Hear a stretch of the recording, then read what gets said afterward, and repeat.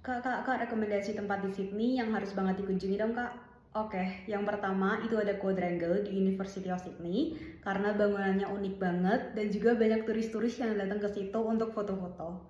Dan kalau kalian datangnya di jam-jam tertentu, biasanya akan ada someone yang playing piano dan ketika dengar musiknya itu berasa vibes-nya kayak di film Harry Potter. Dan kalau kalian datangnya di sekitar bulan Oktober, itu biasanya di sekitar Quadrangle akan dipenuhi nuansa ungu-ungu karena akan ada banyak pohon jacaranda yang blooming. Apart from the Quadrangle, di depannya ada museum yang menurut aku luas banget dan di situ pamerannya menarik-menarik banget. Kemudian yang kedua itu ada daerah Circular Quay di mana kalian bisa lihat Opera House, Sydney Opera House dan juga masuk ke dalamnya kalau ada event.